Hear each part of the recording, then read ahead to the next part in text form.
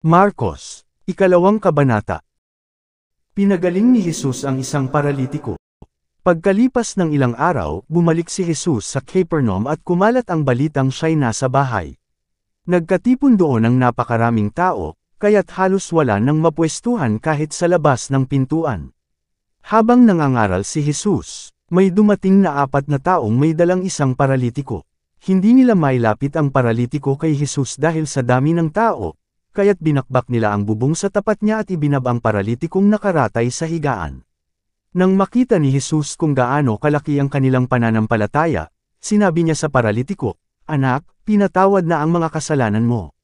May nakaupo roong ilang tagapagturo ng kautusan na nag-isip ng ganito. Bakit siya nagsasalita ng ganoon? Nilalapastangan niya ang Diyos. Hindi ba't ang Diyos lamang ang makakapagpatawad ng kasalanan?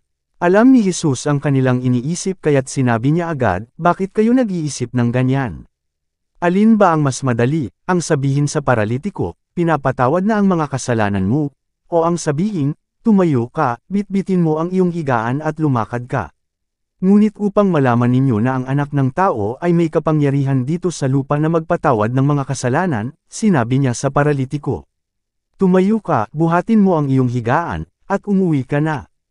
Tumayo nga ang paralitiko habang nakatingin ang lahat. Kaagad niyang binuhat ang kanyang higaan at umalis, kaya ang lahat ng naruroon ay namangha. Sila ay nagpuri sa Diyos at sinabi nila, "Kailan may hindi pa kami nakakita ng ganito?" Ang pagtawag kay Levi. Muling pumunta si Jesus sa baybayin ng lawa ng Galilea. Sinundan siya roon ng napakaraming tao at sila'y kanyang tinuruan. Habang naglalakad si Jesus ay nakita niyang nakaupo sa tanggapan ng buwi si Levi na anak ni Alfeo. Sinabi sa kanya ni Jesus, "Sumunod ka sa akin." Tumayo naman si Levi at sumunod nga sa kanya. Nang si Jesus at ang kanyang mga alagad ay kumakain sa bahay ni Levi, kasalo nilang kumakain ang mga maniningil ng buwis at mga makasalanang sumunod sa kanya. Nang makita ito ng ilang tagapagturo ng kautusan na kabilang sa pangkat ng mga Pariseo, tinanong nila ang kanyang mga alagad, bakit siya kumakain kasama ang mga maniningil ng buwis at mga makasalanan. Narinig ito ni Jesus kaya't siya ang sumagot, "Hindi nangangailangan ng manggagamot ang walang sakit kundi ang may sakit.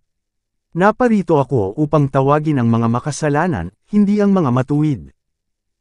Katanungan tungkol sa pag-aayuno. Minsan, nag-aayuno ang mga alagad ni Juan na tagapagbautismo at ang mga Pariseo. May lumapit kay Jesus at nagtanong, "Bakit po hindi nag-aayuno ang inyong mga alagad? Samantalang ang mga alagad ni Juan na tagapagbautismo at ang mga Pariseo ay nag-aayuno."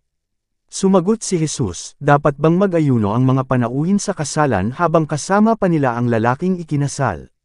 Hindi. Hanggat kasama nila ito, hindi nila gagawin iyon. Ngunit darating ang araw na kukunin mula sa kanila ang lalaking ikinasal, at saka sila mag-aayuno. Walang nagtatagpi ng bagong tela sa isang lumang damit sapagkat kapag umurong ang bagong tela, mababatak ang tinagpian at lalong lalaki ang punit. Wala ring naglalagay ng bagong alak sa lumang sisidlang balat sapagkat papuputukan lamang ng alak ang sisidlang balat, at kapwa masasang ang alak at ang sisidlan. Sa halip, ang bagong alak ay inilalagay sa bagong sisidlang balat. Katanungan tungkol sa araw ng pamamahinga. Isang araw ng pamamahinga, naparaan si Jesus at ang kanyang mga alagad sa triguhan. Habang sila'y naglalakad, ang mga alagad ay pumipitas ng trigo. Sinabi ng mga Pariseo kay Jesus, "Tingnan mo ang ginagawa ng iyong mga alagad. Mahigpit iyang ipinagbabawal ng kautusan sa araw ng pamamahinga." Sinagot naman sila ni Jesus, "Hindi pa ba ninyo nababasa ang ginawa ni David noong panahong si Abiathar ang pinakapunong pari?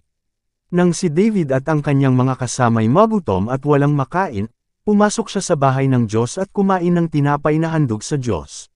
Binigyan pa niya ang kanyang mga kasamahan. Ayon sa kautusan, ang mga pari lamang ang may karapatang kumain yon." Sinabi rin ni Jesus, "Itinakda ang araw ng pamamahinga para sa tao, hindi nilikha ang tao para sa araw ng pamamahinga. Ang anak ng tao ay Panginoon maging ng araw ng pamamahinga." Footnotes. Marcos Kapitulo 2 versikulo 16. Tagapagturo, pangkat ng mga Pariseo, sa ibang manuskrito'y tagapagturo ng kautusan at mga Pariseo. Marcos Kapitulo 2 versikulo 22. Sa halip, sa bagong sisidlang balat, Sa ibang manuskrito'y hindi nakasulat ang mga salitang ito.